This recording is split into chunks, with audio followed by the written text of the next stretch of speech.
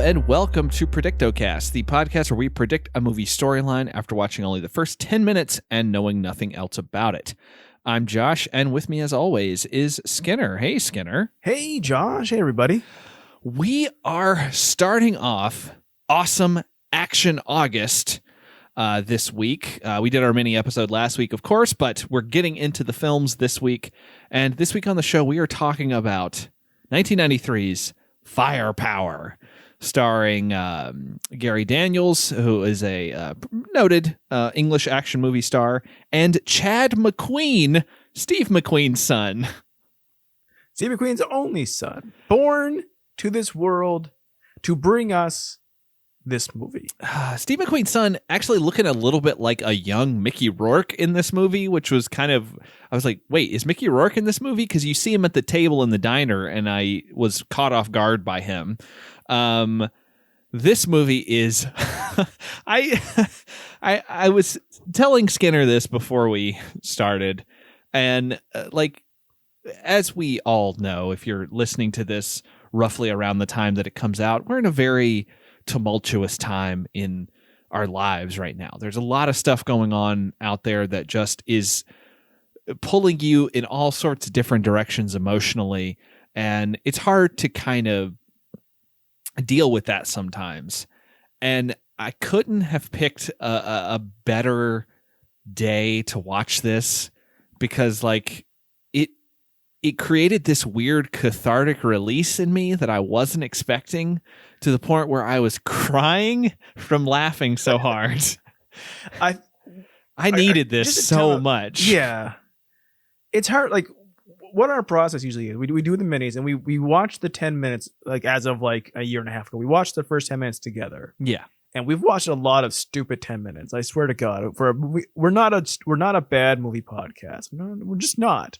We watch a lot of bad movies. We watch a lot of stupid first 10 minutes. Because we never know. Because we don't know. We don't know. But this is the first time, I swear to God, Josh is not lying. He was laugh crying through this entire scene that happens. And like, it was cathartic to me to hear Josh have this moment. Because I knew he needed it. Can you blame me, though? I needed to hear you have it. It's so great. This movie starts in ways that I was not expecting, and is both amazing because of our current situation we're having right now, very specifically to this moment, and also certain things this movie expected of the future, which is ridiculous. And that's all great. We'll get to that. It's all great, but there's just one scene. All it is a car chase. All it is a fucking car chase. It's the funniest. I'm thinking about it, and I want to start laughing. I don't ever say this in part one, because I don't know what the rest of the movie is. I want all of you. If you go to Amazon, it's free with ads because of IMDb. I don't know why IMDb is doing this. Why it's giving you this gift to this movie for free with ads. But just go on there, watch the first 10 minutes. You have to see this car chase, because when we describe it, it won't be as funny as it looks, and it is so stupidly funny in a way that I don't even know how to get out. I'm not talented enough a podcaster to tell you why this is so fucking funny, but it is just the most dumb thing I've seen in a long time. Well, I knew we were in for a treat right up front when we saw PM Entertainment Group pop up on screen, because they're notorious for putting out a whole bunch of just action shit. And I love just about every movie I've seen of theirs, because they just really go for it. I don't know much about them. I wish that there was like a Electric Boogaloo canon documentary, but for PM Entertainment Group, because I imagine it would be pretty interesting, because they put out so much shit. And then we start seeing the credits pop up on screen, and it's lots of whooshes, lots of whoosh, whoosh, whoosh, whoosh. Everything that pops up on screen, you're getting whooshes, and all of them have like explosions inside the text, and like flashing lights and things flying around inside the letters. It's very dynamic, even though it's just words on a black screen. But there's lots of whooshes and music, and it's just like, all right, boy, this is exciting. and there's fire in the font that says firepower. That's pretty great. It's very eye catching for something that's just words. And then we talked about the poster in the mini, and we talked about this very large-haired, muscular guy with a sword dick. And we're like, he's like Ricardo Montalban, except for more muscular on steroids. And then a name came up on the screen, and I'm like, fuck, how did I miss this? Like, how did I not to be know? fair to you, he's not wearing his trademark makeup. He's not. I mean, and like, as a fan of his entertainment genre, I somehow did not know he did any movies. I know he did comics where he strung up Santa Claus in bondage. I did not know he was in it. But it comes on the screen, last credit, James Hellwig as the swordsman. I'm like, James Hellwig, that's Jim Hell. That's the fucking Ultimate Warrior. It is. The Ultimate Warrior is the swordsman. He is the main warlord, is the ultimate warlord in this movie. That is on. If you go to IMDb, the only bit of trivia for this movie is Jim Hellwig's The Ultimate Warrior, first and only movie to be featured. I have to imagine he's not good at it. He does not appear in the first 10 minutes. No, but his name is there. I have to imagine he's not good in this. Because I'm surprised they didn't. Of Ultimate Warrior. He's not good in anything. I'm surprised they didn't credit. They probably couldn't credit him as the Ultimate Warrior. That's probably like a legal thing, I imagine, with WWF at the time.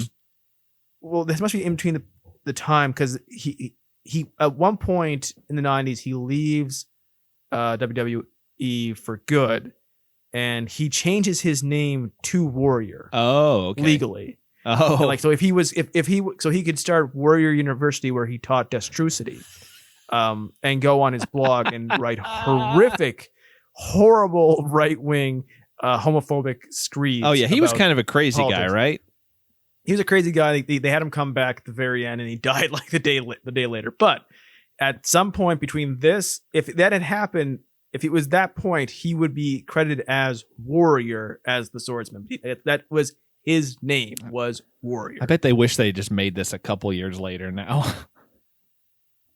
They would have probably gotten Mickey Rourke in that point. Maybe. So we open at a diner. And it's a cool sort of retro-y diner, but we're in the future. At least we can assume that we are in some capacity. This movie came out in 93. They mentioned 1997, and it's, I think 7 years. Did they say it's 7 years past that?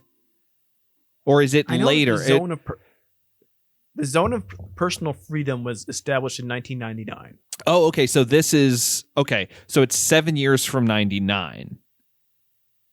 Yeah. So this is our past. So 2006. Is that right? Yes. Which 2006 had its problems. It did not involve what they thought was going to happen in the world. No. Some of the stuff maybe is what they think is going to happen in 2020, but is not. Yeah, it's interesting. So they're at this is Cadillac Jack's Drive-In, and we meet our two lead characters, Braniff and Sledge. Braniff is Chad McQueen. Sledge is Gary Daniels. Why did they think in 1993 that by 2006 we'd be naming people Sledge, who would already have been born in 93? Well, that might be his last name, and I do have a very good friend, in fact the guy who composes the music for our show, whose last name is Sledge. I wanted you to defend it so you could bring up Kyle Sledge. Yeah, so maybe they're related somehow. I'll have to ask him about that. You got to ask Kyle about the zone of personal freedom, and then tell him that though this movie mentions zone of personal freedom and the fact that they now have to wear condoms again, because though AIDS was eradicated, it is now back. The zone of personal freedom is not their crotch. So yeah, you just covered a lot. I'm not making any of that. No, you covered a lot of stuff from this movie very quickly, and we should. Well, this movie covers a lot through expository news. Well, it does anchors. the thing that the best shitty action movies do, which is just put up a news broadcast that gives you all of the information you need to set the stage for the world that we're in. So the news anchor explains that while AIDS was thought eradicated in 1997, it turns out that was due to a fake vaccine, or that it was eradicated in 97, but now it's coming back because there is a fake vaccine on the market that does not contain some expensive enzyme, and that somehow this fake AIDS vaccine is being traced to the zone of personal freedom in Los Angeles, this area where crimes are like low-level crimes, as this news commentator says, like prostitution, drug use, and gang. He says gang violence, but I don't think that doesn't make any sense, or like gang territory, I guess. Like it is generally treated by people who talk like this in real life as not a low-level a crime, nor is drugs. They don't treat that like it's a low-level thing at all. Yeah. In fact, you know what? Anything they can put someone of lower economic standing into jail for, they don't consider it a low-level crime. Honestly. Yeah. So like, so we see this news broadcast going. They're talking about the AIDS vaccine. They're talking about the zone of personal freedom. They're saying that this zone of personal freedom has descended into lawlessness because there are no laws there, apparently. They said the police budgets were too strained, so they gave this police-free zone, which hilarious that police budgets would have ever gotten strained by 1999, that they wouldn't balloon to enormous amounts of money instead. How do we keep doing this, by the way? How do we keep getting movies that somehow are connected to what is happening right now? It's so funny because the vaccine, which we are about to hit, the word vaccine already very large. The stock market is flying up and down based on it. The whole world by world, I mean America, but the whole world can't really move forward until there is a vaccine. Hopefully we'll have the whole problem of who will get the vaccine. Here's a hint. All the rich Republicans who say that that we don't need it, that we don't need the pandemic isn't that bad, everything's under control, will be the first people to get it, and they will go on TV and tell you to wait your turn and be and get in line. But the idea, like they're treating AIDS a horrible thing, real terrible toll on so many people, but like they're treating it like it's not spread how it's spread, the way they're talking about it here. Honestly, they did talk about condoms, but like the idea that they came out with a vaccine, which they never did. Don't worry, they never did. Which, by the way, if you're really confident about this COVID vaccine, they've never figured out a vaccine for AIDS. Like it's gonna catch fire and spread enormously very quickly. Like people wouldn't learn best practices. The biggest lament that our cop heroes have is that, we got to start wearing condoms again. Well, they talk later about there's a little person on a screen who sounds like a computer who's talking to them, and then they go like, "Oh, she's hot," and the guy's like, "I don't dip my pen into company ink." And I thought well, you shouldn't if you're not going to wear condoms, because apparently there's an AIDS epidemic again because of a few people selling counterfeit AIDS vaccines out of LA. It's such a bizarre way to set up this world.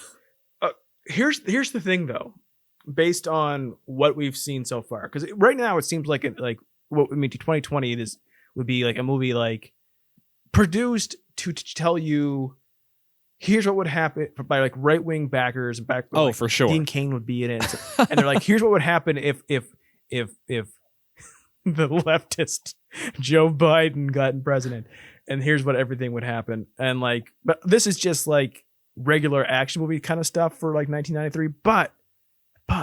But you can create the zone of personal freedom. It's a small purge area, right? Yes, it's of course. A small chunk of purge. And that's an idea for a movie, especially 93, which it hasn't thought about a full purge yet. But that's an idea. Sure. There's no reason to bring an AIDS vaccine into this. I'm none. So I'm kind of scared about where this movie is going to go with that storyline. I'm so scared, and it doesn't help that it's one of the stars is James Hellwig, the Ultimate Warrior, who was rampantly homophobic. Yeah, like we said in the mini that like we have fun watching these action movies because they're super dumb, but also they can be extremely problematic, especially looking at them from modern day eyes. And you want to take things at the time that they were made and understand kind of the sort of things were acceptable that wouldn't have been that shouldn't have been acceptable but were at that point. People could talk, people would say things or do things that no one really thought was that big of a deal until you started thinking about it a little bit more and you got a little bit more enlightened, I'll say, and realize, oh shit, that's pretty bad. Like maybe we shouldn't have done that, or maybe that shouldn't be in this movie. But yeah, I'm very scared about where this whole AIDS resurgence and fake vaccine is coming. I'm hoping that they treat it as simply, we have to stop the guys who are manufacturing this fake AIDS vaccine and hurting people. So like the whole goal is to stop the fake one and make sure the real one gets out. I wish they were making steroids and this is about roid rage. That would be more interesting. But we do learn a little bit more about the zone of, what was it? The zone of free speech? The zone of personal freedom. There we go. I'll never remember God, that. Why didn't the Northwest name their areas that? Because what a great name. I mean, it rolls off the tongue. So they say that it's called the Hell Zone by a lot of people because of how violent and crime ridden it is. And it's ruled like a we got this Bill O'Reilly type character who's giving a long speech. I don't know if Bill O'Reilly was around by '93 or what exactly. He might have been on Inside Edition. He might have been, but this guy is very clearly what would be today a Fox News. Oh yes, for sure, type character. But he's also named Bill Russell, which is a famous basketball player. Well, that's what he turned into. Like, in the future. Why'd you name him? Why did you name him that? Maybe it was like, at this point. I know it's 2006, but like, come on. Well, maybe it was to honor the basketball player. We see you becoming a right-wing pundit. God, I would never have guessed this movie would start with manned missions to Mars. Oh, that's right. They talk about the joint American-Chinese mission to Mars. Not going to happen. And the two cops are two leads going, damn it, I now have to wear condoms again. That's not the only reason to wear those. Please cover that shit up. It's good to see too that the police have gotten real lax with their policies, because Gary Daniels just has a long fucking ponytail. Oh man, when he's beating up that dude in the tunnel later and his ponytail is just floating free. Yeah. It's everywhere. Did you ever go back and reread? I did. We'll talk about it. I still can't read it, but I'll tell you what I think it says. So they get a call on their little radio, although it's not a radio, it's like a little mini television that they carry around with them, where they can. It's like there's like Solid Snake, and they're getting calls from the big. Yes, basically, Otacon is calling them with some updates, and it's this little TV. And there's a woman's face in there, a dispatcher. She sort of is not really a dispatcher. She's like their chief or something. She has some position of authority because she's talking to one of the other cops at the end and at like the end of our 10 minutes, and seems like she has some authority. So when she was doing this part, did she go into a room with like a white background and just stand there? I guess so. Frame?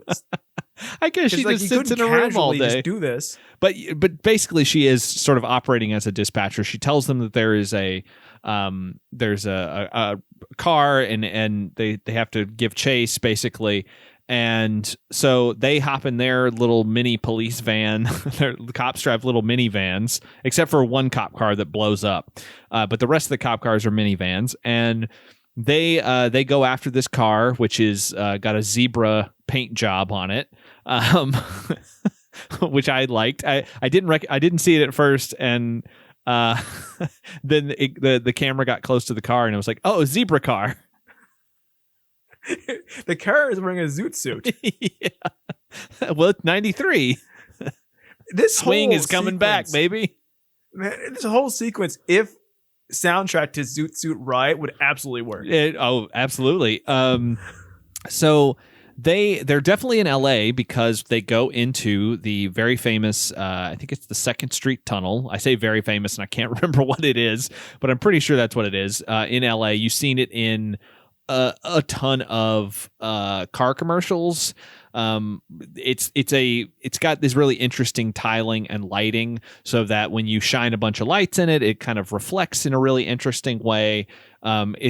You've seen it in tons of movies. You've seen it in tons of commercials, car commercials. Basically, any car commercial has probably shot in the 2nd Street Tunnel just because it looks good on film. So they're chasing them down this tunnel. And the tunnel itself is not that long, but this car chase in the tunnel takes a very long time. And I think it's because they repeated a couple of shots, but it is this zebra car. And this is what made me lose it. There is a zebra car leading the cops, and there's a cop car and 3 cop vans behind it. And they are all just serpentining all over this tunnel, back and forth, back and forth. It is the silliest thing I have seen in a long time, and I could not stop laughing. Every now and then, someone will shoot something at the zebra car. I think that's what's happening. Yes. And I couldn't tell if it was shooting backwards and that's what the sparks were, or they were shooting at it. But like the zebra car's sparks will go off it, and nothing will happen. And it's just like an old hot rod, and they're doing these just huge, like, and there's no reason for it. There's nothing they're accomplishing. I'm thinking about it again, man. I'm thinking about it again. It's so funny. They're all over the road to like this Zoot Suit Riot, and it's like Riot. They're just going whoosh, like back and forth, like huge serpentines. And for what? Why are they doing it? Well, it ultimately it amounts to nothing, because the zebra car approaches a blockade because it's about to enter the zone of personal freedom and the ZPF. And they have to stop it before it gets there, because if it passes into that zone, they won't be able to pursue it because there's no cops in that area. So they put up a blockade in front of the tunnel, and the car, for whatever reason, explodes out of the tunnel, like huge fireball, and both the car and the cop car pursuing it explode into giant fireballs and roll all over the road. Unclear why that happens. Like if they simply drove through the blockade, this would not happen. No, the physics of it, they would just hit it, and all the cars they ran into would just be hit and move. They explode over it, like they catch fire and they flip, and that's like I think what's supposed to be happening. I think what they are trying to say happen is they hit the blockade and they flip. Well, it's totally possible that someone shot like a rocket launcher or threw a grenade or any number of things, and I couldn't see it because I had tears in my eyes. I do not remember it myself. I don't understand why the cop car behind it also exploded and flipped. No, that makes no sense. That car would know the blockade is coming and would have stopped. But no, it also explodes, and it kind of goes past the other car. We do find out that while they're in pursuit, before the car explodes, that one of the people inside the car is a famous swordsman. A pal of the swordsman.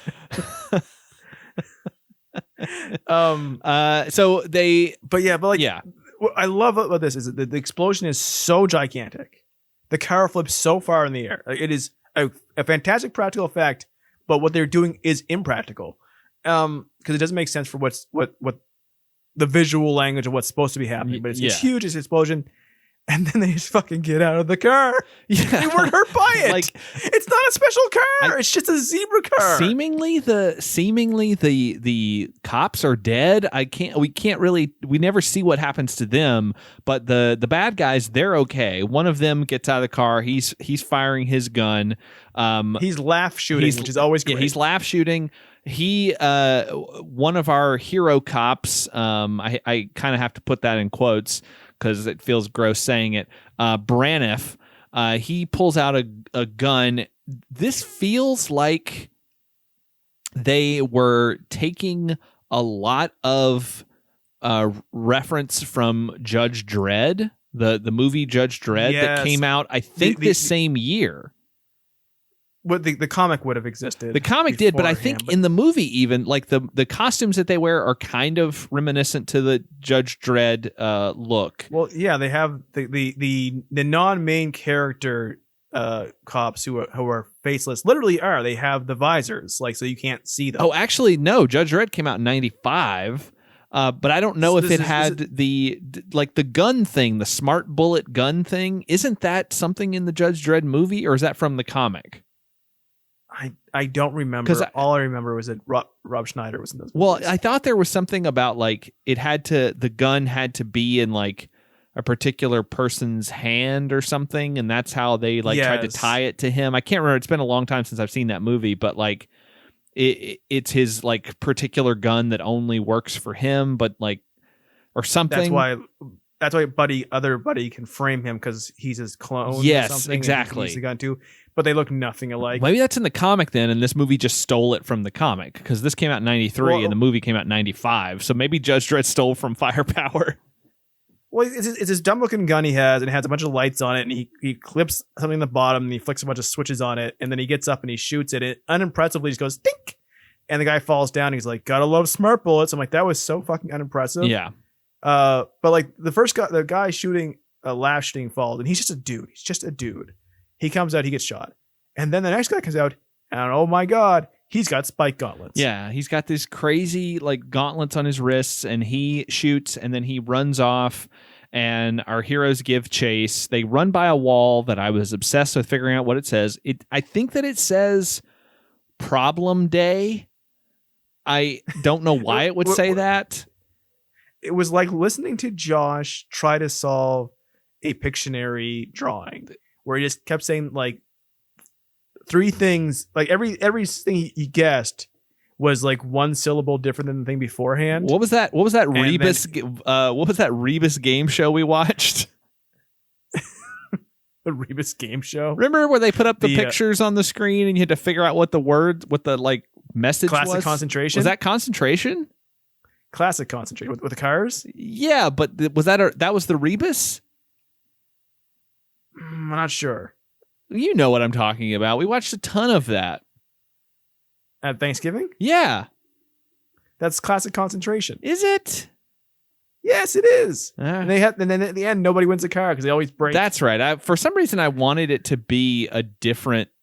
You're right. It is Classic Concentration. I wanted it to be something else for some reason. I don't know why.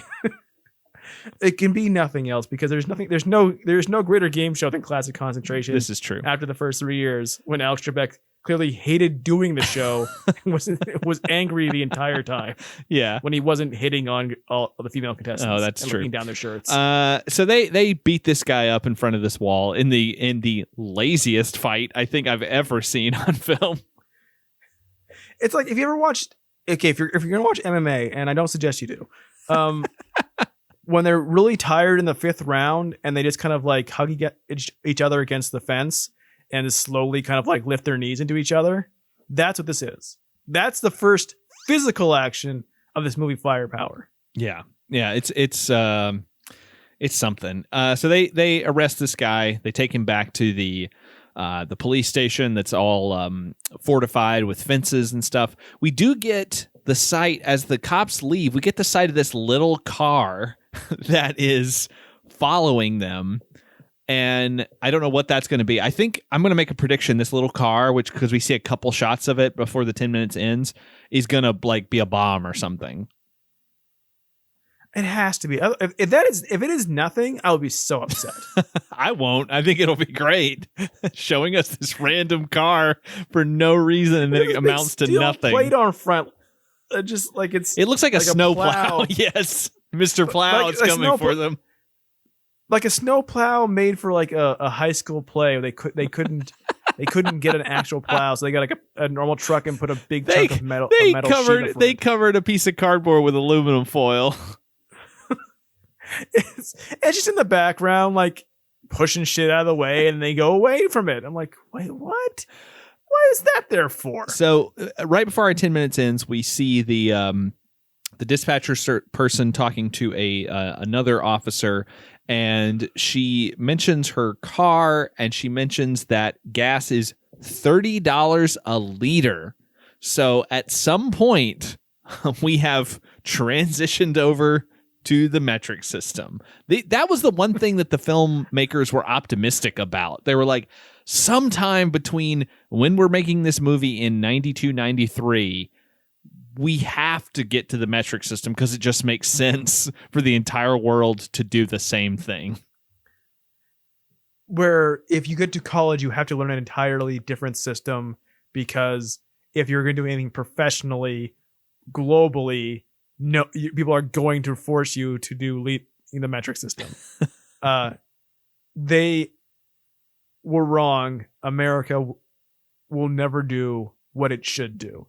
I think that's clear in where we are in this current moment. I don't want to get too mired in the sadness of our country right now, but we'll never go to the metric system, and we'll never just wear masks so we can stop this thing. Like, oh man, this movie, if it really wants to hit a trifecta of like, well, it's already got the police violence in there, because they even mentioned the brutality thing. He beats the guy up, and his partner runs up and goes, "Hey, you don't want another brutality mark on your record." Police brutality, police-free zones. What having no police would actually be like, and vaccines. They really want run out of the park. They have to bring masks into this movie somewhere. Oh man, that would be very funny if when they go into the free zone they have to wear a mask or something.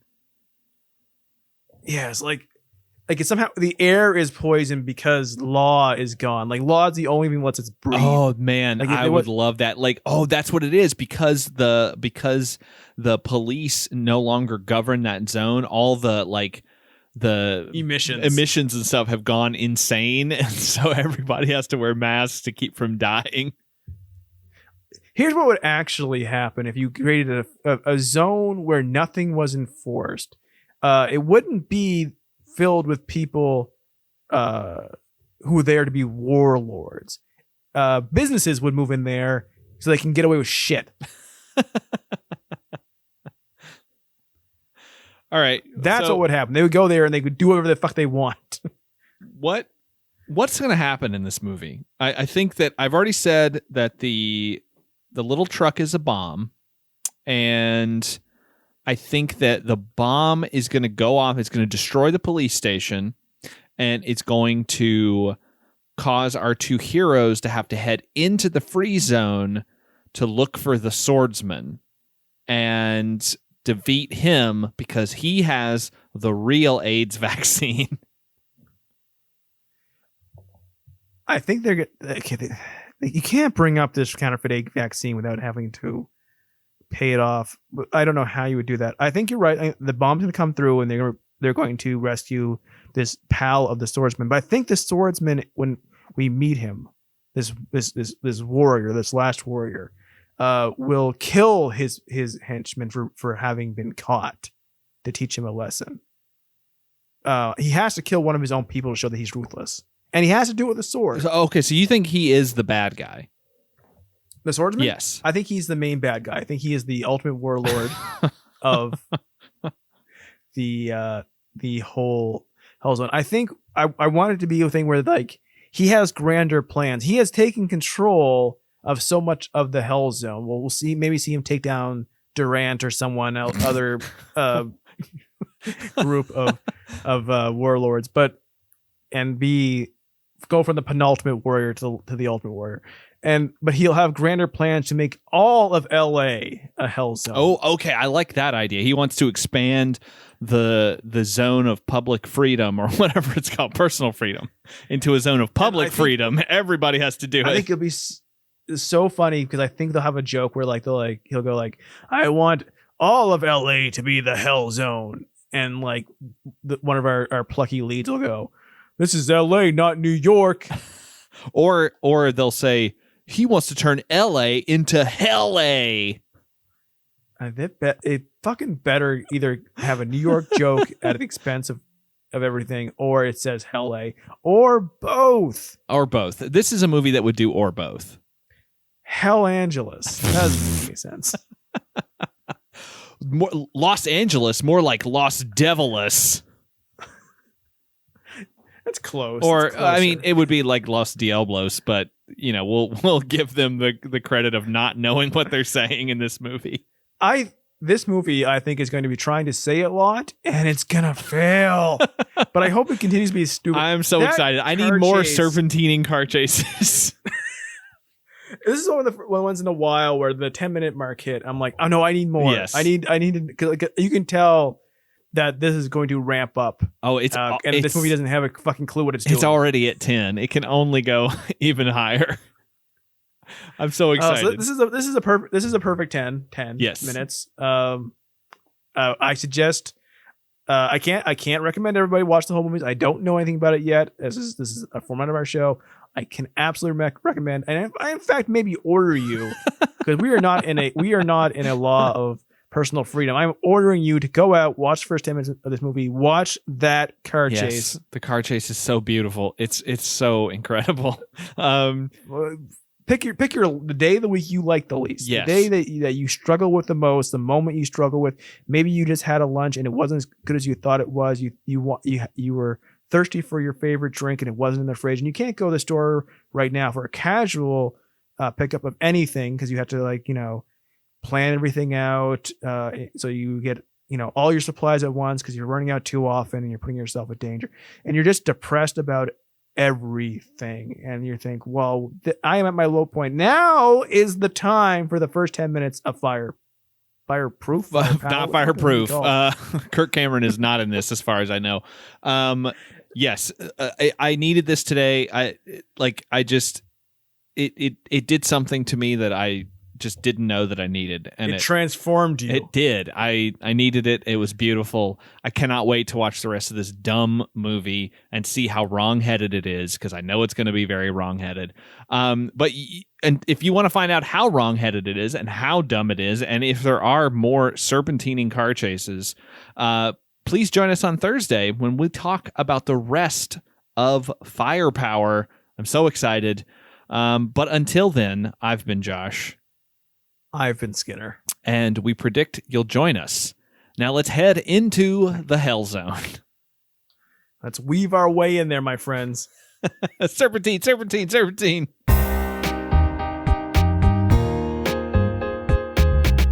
If you like the show, subscribe, rate, and review us over at Apple Podcasts. We're on Twitter and Instagram at predictocast, and you can find our entire back catalog at predictocast.com. Our theme music is by Kyle Sledge. Find more of his work at soundcloud.com/geistmusic. To get monthly bonus content, sign up at patreon.com/predictocast. As always, thanks for listening.